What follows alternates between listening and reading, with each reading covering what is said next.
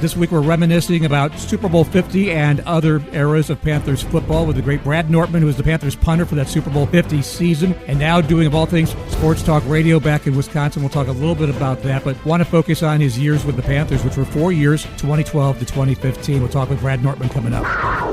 30 seasons of Panther football, a celebration of the players, coaches, and other key figures who've contributed to the organizational success.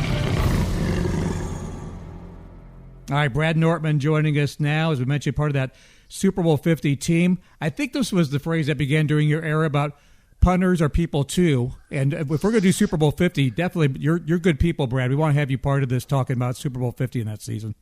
Well, I'm sure glad you did. Punters are people too. That's when McAfee and Rich Eisen, they really started to come to their own. And as a little nugget there, as being an integral part of the team, at least not even from the punter's mouth, but Coach McDermott, defensive coordinator of those teams, and now the Buffalo Bills head coach, he always called me the 12th man on defense. So how about that? It was an iconic defense full of Hall of Famers, and he dubbed me the 12th man on defense. I will gladly take that moniker. I love it. And I know at one point, we'll talk about J.J. Jansen still with the Panthers, of course, played some linebacker in his day. I think I saw in your high school you played some tight end growing up. You're a pretty big deal in high school football in Wisconsin growing up.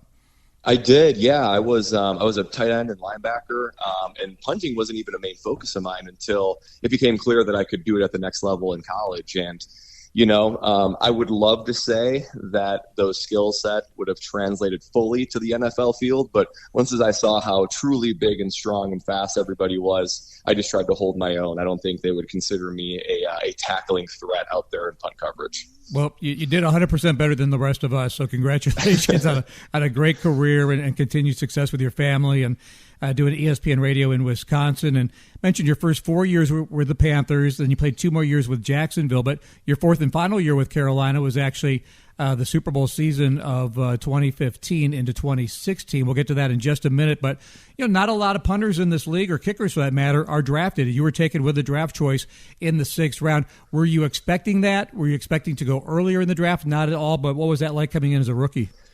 It's really uncertain when you're a punter because of everything you just said. Maybe on average, I would say it's a range of 1 to 3 punters taken in any given NFL draft. There could be 0 taken, there could be 4, and you just really don't know because you don't know team need and how they value it. But I'd say 1 to 2 per year is about right.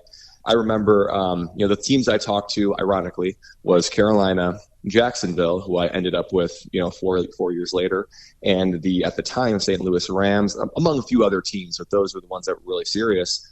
And I thought the Jaguars were the most serious. And if you remember in 2012, they took a punter in the 3rd round, night 2, the Friday night of the draft. And I thought to myself, oh man, well there it goes. I don't know what's left for me because Carolina and the Rams was a little bit just more.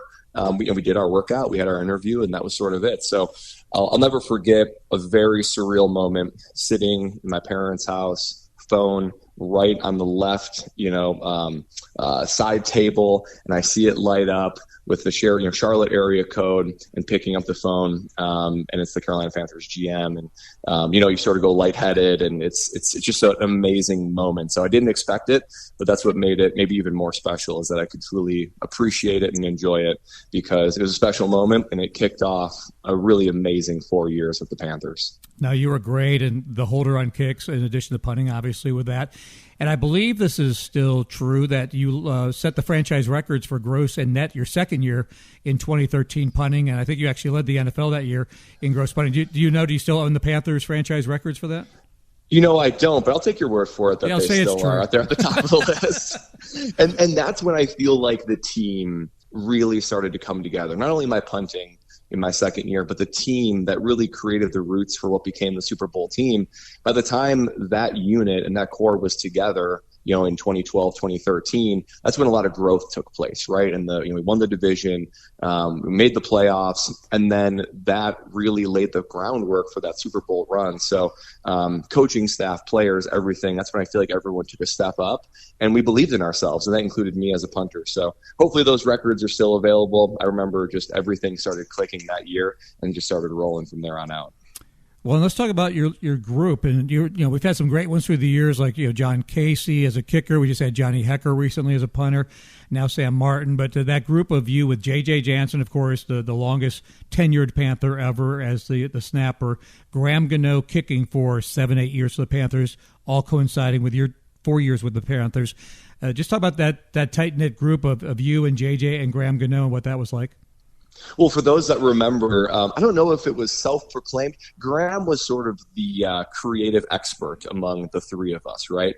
But Graham dubbed us, and it really caught on, the Bomb Squad. And so we would get Bomb Squad calls all the time from the stadium, training camp. Every once in a while, there would still be somebody now to this day who would say, yeah, JJ and Graham, you guys were the Bomb Squad. We did the NFL draft here in Green Bay, and with my radio program, we were at the draft. And there was a Carolina Panther fan that made his way from Charlotte to Green Bay, and we were talking about those years. And he goes, "Yeah, you guys were the Bomb Squad." And clearly that name rang a bell. One, because it was memorable, but two, I think we just had a special unit. Graham and JJ, they're still playing at a high level. It goes to show how great they are, and then they were, especially in those years. And we had a type of bond that was very unique. Specialists can be rotated over, right? And you don't have a lot of time to maybe build 4 years worth of trust and relationship, but we could communicate even non-verbally, right? I mean, there could even be, you talk about a time when the three of us are on the field together in field goal, I could look at Graham and we could feel the wind shift, and he would give me a little bit of a head gesture, and I would know that means I'm changing the hold. Like, we would have communicated the hold, how the angle of it, right, going onto the field. But a change of pace, a wind gust, he can communicate that to me to JJ. Maybe I hold the count if someone's coming. We were so in lockstep together, both on the field and off. That's continued to just blossom with great long-term friendships. Still countless inside jokes, still things that I think about and laugh. And even I'm here in my office here in Wisconsin.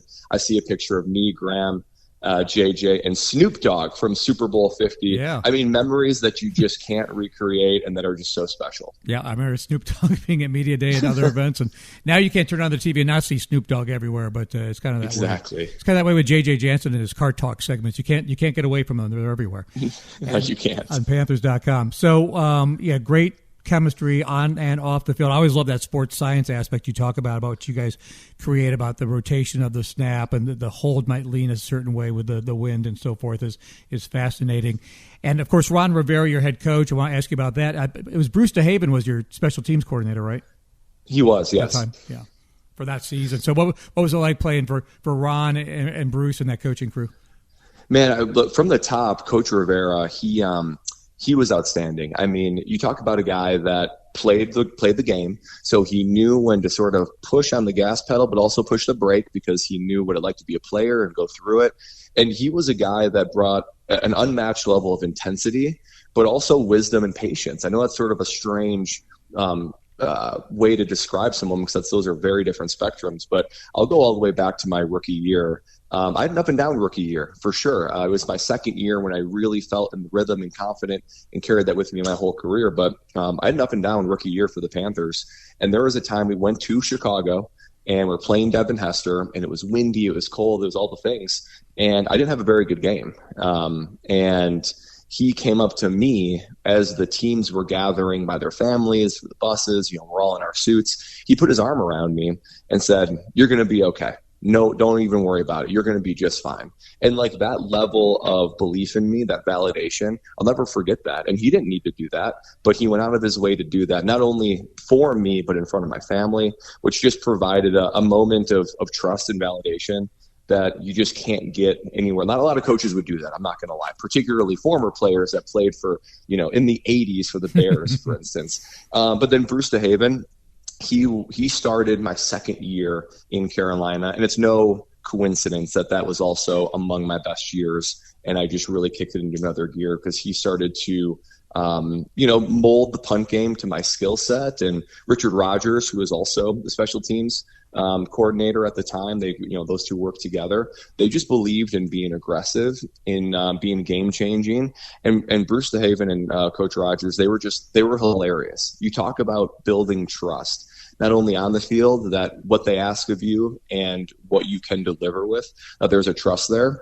But as you know, if you watch practice, specialists might only practice for 15, 20 minutes, and then you might warm up for 10 or 15 before that. There's a lot of time together on the sideline, off the field. So you're being vulnerable. You're telling stories. You're getting to know one another on a personal basis. So, unfortunately, Coach DeHaven passed, I believe, in 2017. But, those moments together and the building of relationship is unbelievable. There's one thing that is just always so funny. Whenever I see it, I still think of Coach DeHaven. The train tracks run right across the Panthers practice field. And he grew up in western Kansas on a farm. So he would always talk about that. And whenever a train would go by, he loved trains, and there's train tracks right by his house growing up. So no matter what we were doing, we could be in conversation, deep conversation. A train goes by and everything stops. Coach DeHaven turns, pivots, watches it goes by. I remember there was one time where there was an 8-engine train. He was beside himself. He goes, 8-engine, guys, you know how rare that is. 8 engines. Can you believe that? And we're like, Coach, what are you talking about? So just even things like that just bring back a smile, and to be able to go from off the field, on the field, joking to serious, it's just not common. And the coaching staff led us and the players into a very special time in Carolina Panther history. Love stories like that you can't get anywhere else, but hearing it from the players at practice on a Wednesday, seeing a train go by, which still goes by at the most inopportune interview times for us in the broadcast industry. I'm sure. It's loud. So before we talk about Super Bowl 50, you have to begin with the end of 2014 when you guys go on that run to qualify for the playoffs, win a playoff game, maybe save Ron Rivera's job. And then 2015, the run-up to the Super Bowl, counting the 2 playoff games before that, 17-1 on top of that stack of 2014 to get into the playoffs the year before. I mean, when you're in the midst of a winning streak like that, one of the all-time greats in the history of the NFL, what does it feel like to be part of a team like that? Wow, every moment you woke up excited to get to work. I mean, you do normally because you realize the gift it is to play in the NFL, but not every season's like that, because the season after that I go to the Jaguars, we went 3-13, and those can feel long. When you're on a winning streak and when you have confidence and when you look at the opponent and you say to yourself, I know we can beat these guys, and to know that there is something out there that maybe was unspoken in the locker room for quite a while, but Super Bowl was a very real thing. Because as you were saying, 2013 felt like a big leap forward, won the division, got to the playoffs, but we lost. The next year, maybe we didn't have the regular season success, but still won the division, won a playoff game, and then went and played very competitively at Seattle in that divisional round. But I think we walked off the field saying, I think we can do this. I think we are ready to take the next step. And so when you're winning ball games like that, when you go that many in a row, every game feels big. Every game feels important. And of course they are, but it wasn't, a lot of teams can get stiff doing that. I don't think anyone would describe the 2015 team as stiff. Right? We were loose. We were fun, whether it be offense, defense, or special teams. We had personalities. We had character. And I think that just reflected how much fun we were having. And I think that when you're having fun, it's sort of a chicken or the egg, right? Is the team good because the bond is so close and you're having fun? Or you're so good and that is fun to do? And I just think I think about the times on the field, but a lot of teams could get tight and a lot of teams could get nervous and maybe put too much pressure on themselves as each mounting victory begets more and more pressure.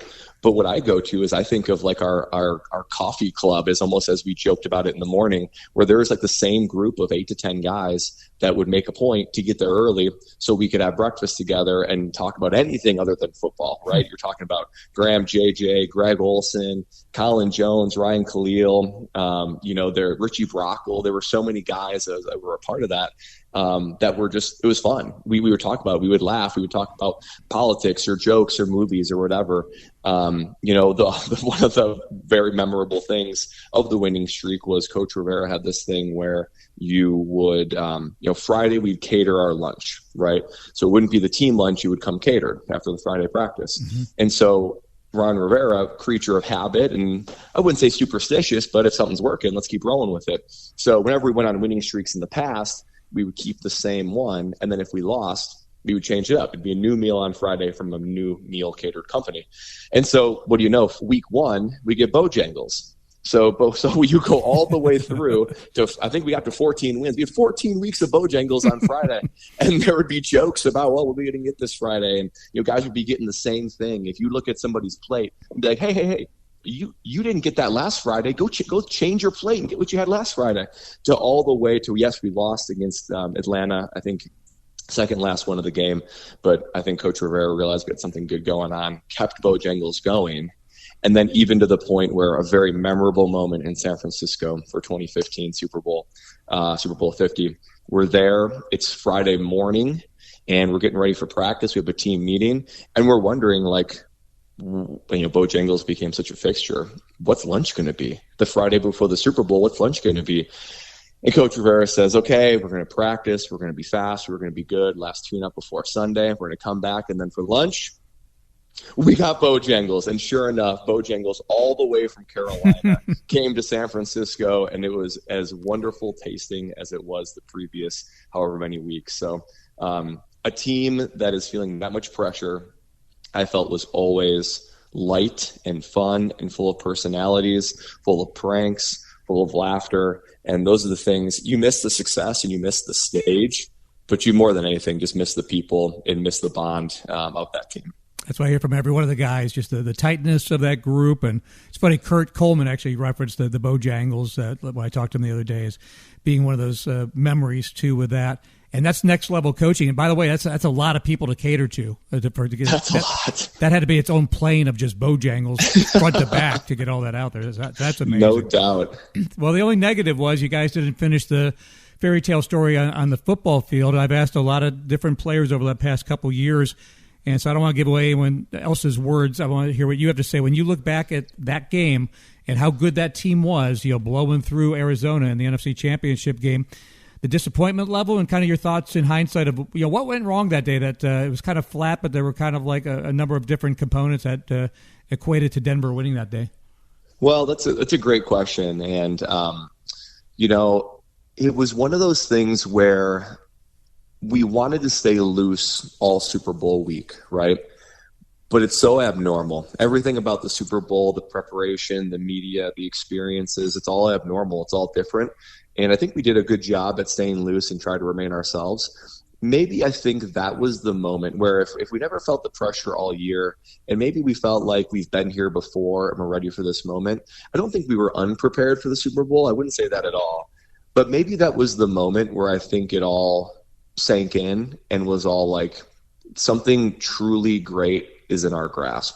I truly believe we were the better team. I think even going into it, we were a pretty significant favorite for the Super Bowl. I remember distinctly practicing at San Jose State. So we go into the locker room after practice, and there's TVs on in the locker room, and Pardon the Interruption is on. And they were debating that if the Panthers won the Super Bowl, would they be the second best team in NFL history behind the 72 Dolphins? And they basically said yes.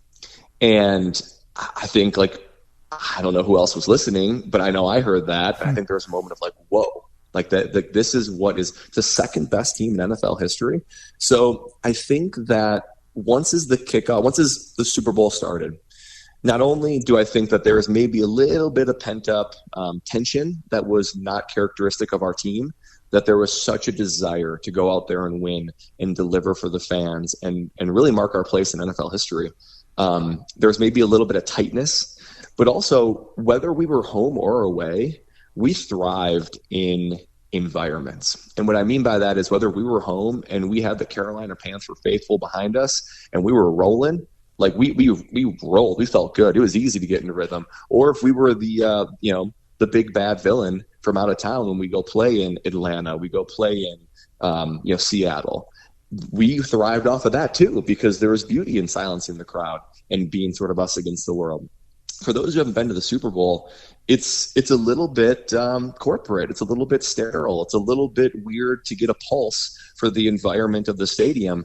And I think that the inability to get momentum going early maybe, again, made us press a little bit in areas that we wouldn't normally press and be tight and maybe just do things that were uncharacteristic. But even with all that, I remember the game as us just not playing well, and it was ugly and just didn't feel like us. But even late, we were still in it. I think people forget that. I think you look at the score, 24-10, I think it was. We were only down 6 midway through the third quarter with the ball. So we weren't out of it by any means. We still had chances. We still had opportunities. But all those things of maybe we finally let a little bit of tension come in. There's a true lack of what feels like football environment. And I think starting slow. I think we were a momentum-based team, and getting up early really benefited how we played all 3 sides of the ball.